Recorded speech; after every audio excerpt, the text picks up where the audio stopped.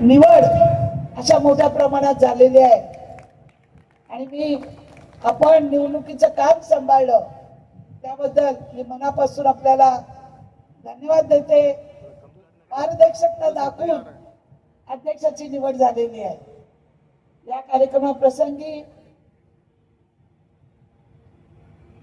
महाराष्ट्राचे उपाध्यक्ष आदरणीय अनिलजी कौशिक साहेब, त्याचप्रमाणे माजी अध्यक्ष रामचंद्र घनजी, माजी अध्यक्ष सी.व्ही. रेड्डीजी, वर्षाताई भोसलेजी, जयवंत सुतारजी, त्याचप्रमाणे कृष्णा पाटीलजी, ज्येष्ठ श्रेष्ठ कार्यकर्ते बंधू आणि भगिनींनो, मी आपल्याला एक आठवण देऊ इच्छित आहे.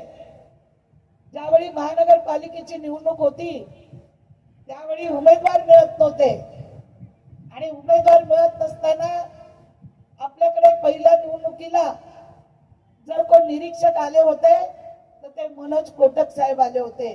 त्यासाठी जोरदार टाळ्या झाल्या पाहिजे. त्यांनी नव्या मुंबईमध्ये पहिली मुहूर्तमेढ माझ्या माध्यमातून या नव्या मुंबईमध्ये रोवली आणि भारतीय जनता पार्टीचा तिथूनच उदय झाला.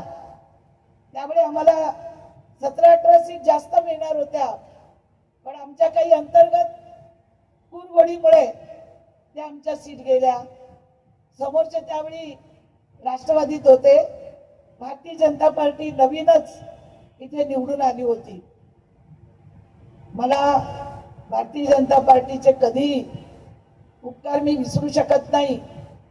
आमचे महाराष्ट्राचे नेते आदरणीय देवेंद्रजी फडणवीस साहेब यांनी 14 मध्ये तर मला तिकीट दिलीच.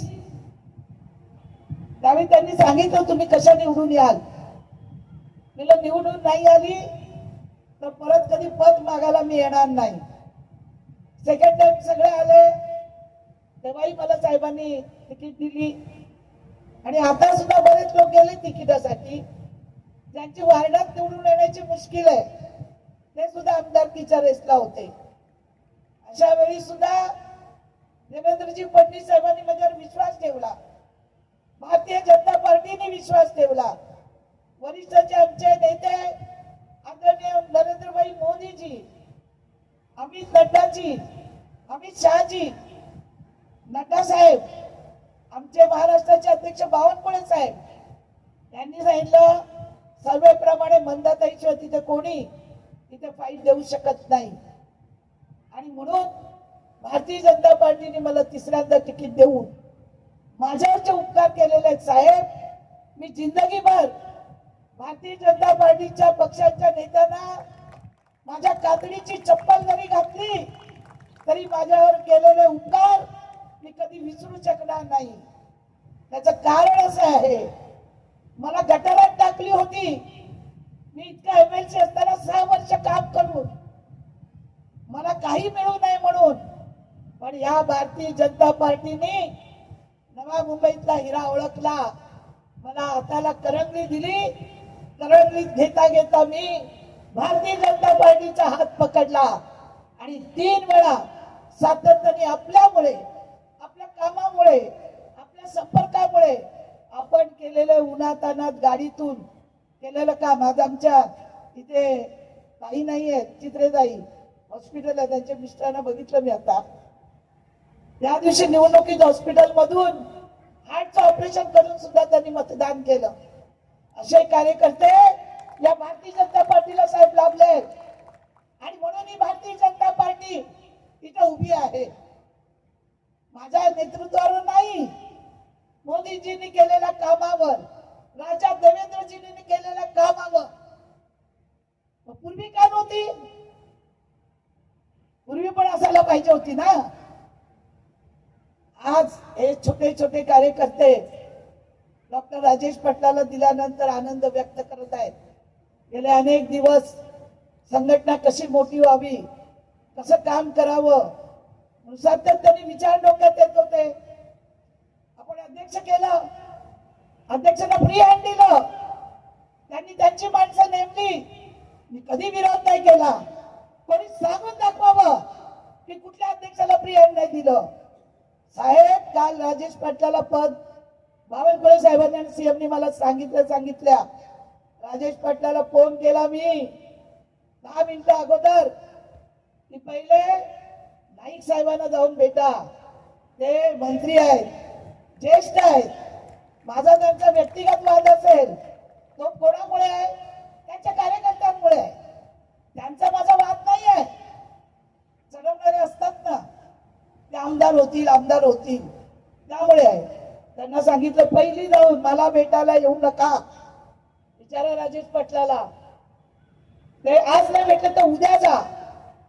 पहिली त्यांना जाऊन भेटा, त्यांना भेटून त्यांचं दर्शन घ्या, मार्गदर्शन घ्या आणि मग माझ्याकडे या. ते नेते आहेत, नेतेच असतात, ते आपण मानलंच पाहिजे. मी काय त्यांना नेते मानत नाही अशातला भाग नाही.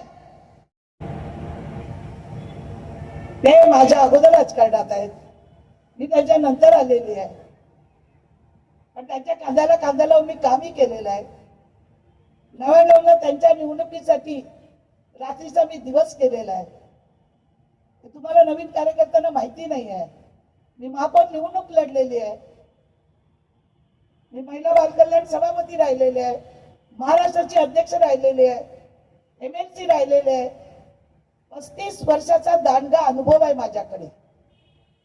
आणि त्यामुळे भारतीय जनता पार्टीला माहिती आहे महाराष्ट्रात ज्या बाईंनी संघटना बांधली, 95 नगर अध्यक्ष महिला निवडून आणल्या, तिला नवी मुंबई काय आहे?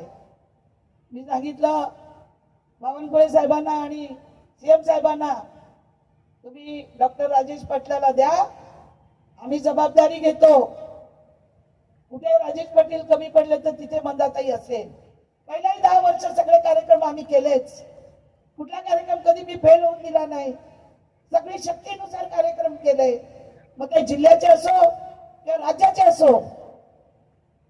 मी कधी भारतीय जनता पार्टीची गद्दारी केली नाही. मी जिथे जिथे राहिली तिथे प्रामाणिक राहिली. मला मानत नाही म्हणून विरोध करायचा हे कधी मी केलं नाही. मी अध्यक्षांना सुद्धा सांगितलं होतं जाऊ नका, पुढे तुम्हाला फ्युचर आहे, तुम्ही यंग आहात, तरुण आहात. आज जिल्ह्याचे अध्यक्ष तुम्हाला पुढचे MLC आहे, पण त्यांना मीच नको आहे. भारतीय जनता पार्टीमध्ये खूप लोक विचारवंत आहेत.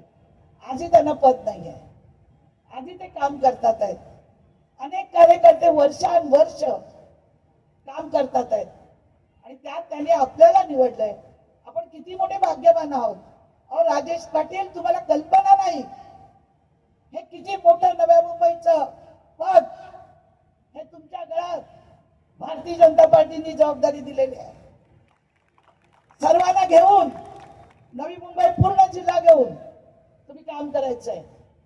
मी त्याला जयवंत सुतारला फोन करा बोलली की नाही, जयवंत सुतारला भेटा, जेवढी लोक आहेत त्यांना भेटा, दीपक पवारला भेटा.